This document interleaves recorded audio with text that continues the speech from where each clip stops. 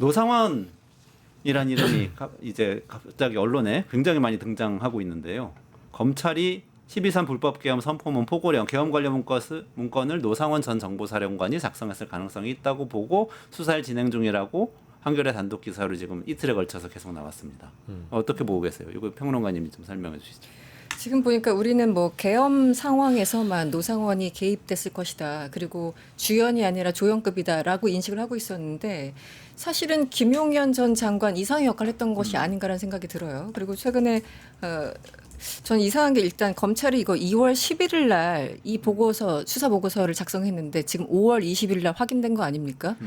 이 3개월 지나서 왜 흘렸는지도 일단 궁금하고요. 시기적으로 3개월이나 지나서 뭐 이유가 있었겠죠. 요즘 뭐 검찰에서 다들 탈출을 하고 있던데 어떤 그런 맥락인지.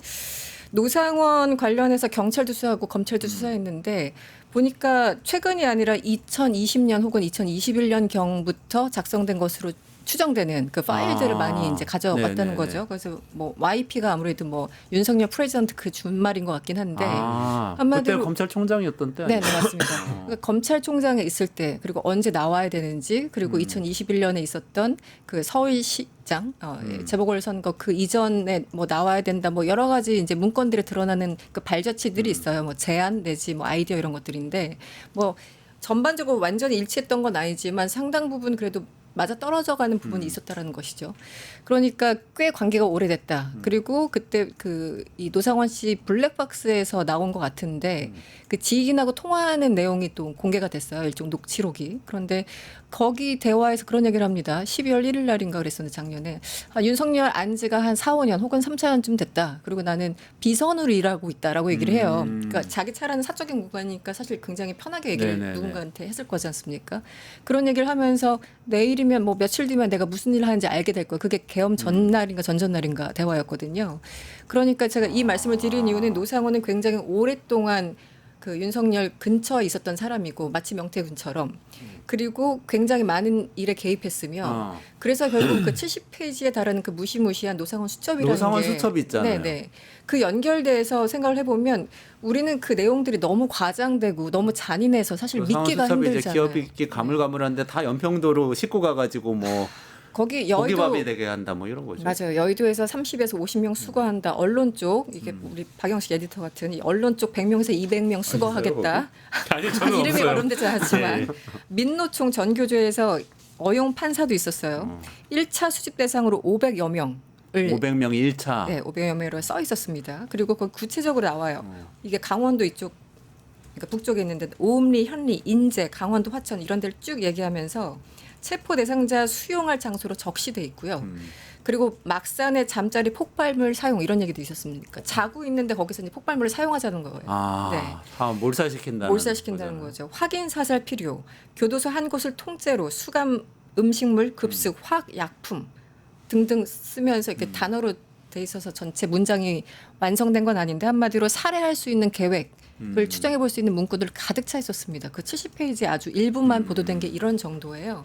그러니까 노상원은 실제 뭐 체포조를 꾸려서 이재명 당시 그 의원부터 해서 이 모든 사람들을 수거해서 북쪽에 있는 어딘가로 몰고 간 다음에 그리고 NL 그쪽에서 뭐 북쪽을 유인한다라는 그런 내용들도 함께 있었거든요. 그래서 그 북과 얘기가 잘 된다면 북쪽과 함께 혹은 북쪽에서 마치 이들을 납치한 것처럼 상황을 만들어서 이들을 살해하려고 했던 의혹으로 점철됐던 게 바로 그 수첩입니다. 그런데 우리가 지금 노상원 재판에 대해서 알고 있는 게 뭐가 있습니까? 아무것도 없어요. 그렇죠. 왜냐하면 주기현 판사가 완전 비공개로 네, 재판을 하고 있기 때문이죠. 지금 나온 얘기는 검찰 쪽에서 기자가 취재해서 그러면 지금 그렇죠. 기사를 쓴 그동안 거죠? 뭐 그 앞서서 말씀드린 그 내용들은 이제 한겨레가 보도한 거고 제가 뒤에서 말씀드린 것들은 일부 보도들, 네, 한겨레 네, 보도들 네, 그리고 네. 과거에 뭐 MBC, JTBC 이런 데서 이 수첩을 조각조각 그 보도를 많이 했었거든요. 그래서 지금 정리한 게 아주 일부만 정리한 게 뭐 이런 겁니다. 그래서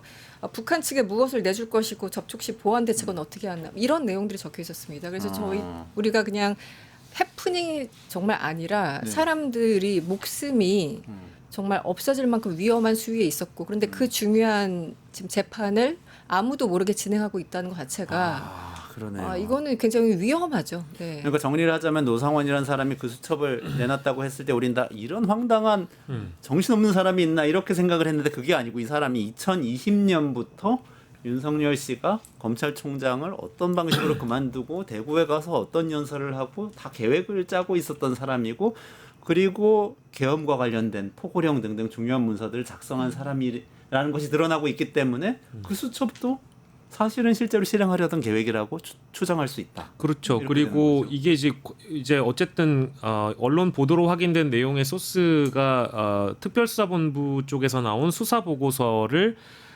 확인을 한 기자들이 기사를 쓴 거잖아요. 네. 근데 12월 시점으로 돌아가 보면 그때 민주당이 내란의 밤 이후에 여러 공식적인 자리에서 노상원이라는 존재에 대면서 알리면서 포고령의 탄생 배경에 대해 노상원이 있고 노상원이 실제로 김용현과 연결이 닿아서 윤석열을 만나거나 윤석열과 연결될 수 있는 가능성을 누차 경고를 했거든요. 그래서 그때 뭐 줄줄이 이럴 수도 있다 저럴 수도 있다라는 의혹 제기를 했었던 그런 말들이 지금 사실로서 지금 등장하고 있는 거기 때문에 사실은 그리 놀랍지는 않지만 근데 여기를 이제 주시를 해야 되는 이유는 방금 이제 평론가님 말씀 주신 것처럼 너무 이 재판 과정도 베일에 쌓여져 있고요. 이런 내용들이 왜 이제 와서 3개월 만에 등장했는지도 저는 좀 의문이고 실제 믿고 싶지 않지만 노상원이라는 완전 무자격자인 사람에게 휘둘려가지고 윤석열이 이런 내란을 일으키고 그 과정에 일일이 개입을 했다라고 하면 굉장히 섬뜩하죠. 모든 작업들이 섬뜩하죠. 그 영연병 얘기까지 같이 그렇죠. 우리가 포함을 생각해 보면 정말 이 나라가 지금 우리가 여기서 방송을 하지 못하는 상황이 됐었을지도 모릅니다. 우리 다 수거될 뻔했던 거죠. 네. 그런데 그럼에도 불구하고 윤석열 씨 내란 속의 혐의로 구속됐다가 풀려나고 어제는 영화 보고 네, 그리고 영화 보시고 네, 영화를 내란- 사실 다 본지는 모르겠어요. 뭐 아무튼 잤다고 주무셨다고 하니까. 하는데 뭐 하여튼 그런데 그런 저는 정말 상황이라는 거예요. 이해가 안 가는 게 내란죄잖아요. 무려 내란죄고 최소 무기징역입니다. 혹은 사형이죠. 그리고 군법을 적용하면 총살이죠. 그거는 그래서 이제 외환죄로 넘어가면 군 형법에 적용돼서 총살까지 가기 때문에 그것까지 건드리지 않는 게 아니냐라는 게 지금 뭐 추미애 의원 등등의 뭐 추정이긴 한데 저는 이 외환죄를 반드시 다뤄야 된다고 생각합니다. 엊그저께도 우리 다뤘지만 전단지부터 무인기부터 뭐 하나도 제대로 밝혀진 게 없잖아요. 그리고 검찰에서 수사한 건 결국은 민주당에서 밝힌 것 혹은 청문회에서 나온 것들 그 한정해서만 수사를 했지 한 발 더 나가서 검찰이 수사한 건 아무것도 없습니다. 지금 3개월 지나서 이 정도 그냥 어떤 언론에 흘렸는지 아니면은 뭐 어디 휴지통에서 주웠는지 모르겠습니다만 이 보고서 내용이 한겨레를 통해서 이제야 나오는 거죠. 그러니까 저는 검찰이 굉장히 소위 말하는 자제하면서 수사를 했다고 생각하고 눈치 보면서 딱 이만큼만 그리고 외환죄에 대해서 아예 건드릴 필요도 없다 거기까지 가고 싶지 않아하는 게 다시 한번 좀 드러났다고 생각을 하고요. 그리고 아까 제가 하려던 얘기는 윤석열 씨 같은 경우는 어쨌든 무기징역 혹은 사형인데 그걸 더군다나 검찰총장 출신이지 않습니까?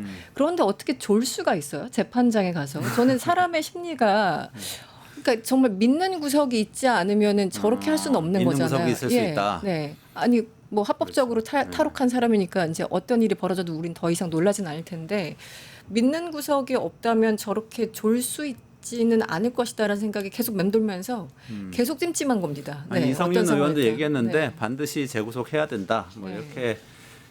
이렇게 생각해야 될 것 같습니다. 근데 지금 법무부 장관, 검찰총장 뭐 내란 당시에 계시던 분들이 그대로 계시기 그대로 때문에 있죠. 어쩔 수 없이 6월 3일을 빨리 맞이하고 그 이후에 일이 진행이 돼야 될 것 같습니다. 오늘 여기서 마무리해야 될 것 같습니다. 박영식 에디터님, 이승원 평론가님 고맙습니다. 감사합니다. 뉴스토마토 대선 특집 내란 끝장쇼. 뉴스토마토에서 6.3 대통령 선거의 개표 공개 방송에 구독자 여러분을 초대합니다. 내란 속의 윤석열의 파면으로 헌정 사상 최초의 6월 장미 대선이 펼쳐지는 가운데 과연 21대 대통령은 누가 될 것인가? 역사적인 순간에 뉴스토마토의 알찬 뉴스 콘텐츠와 풍성한 즐길거리를 모두 모아 준비했습니다. 6월 3일 오후 6시 이 토마토 빌딩 지하 1층 토마토홀에서 펼쳐지는 역사적인 순간. 뉴스토마토 대선 특집 내란 끝장쇼. 여러분의 많은 관심과 참여 바랍니다.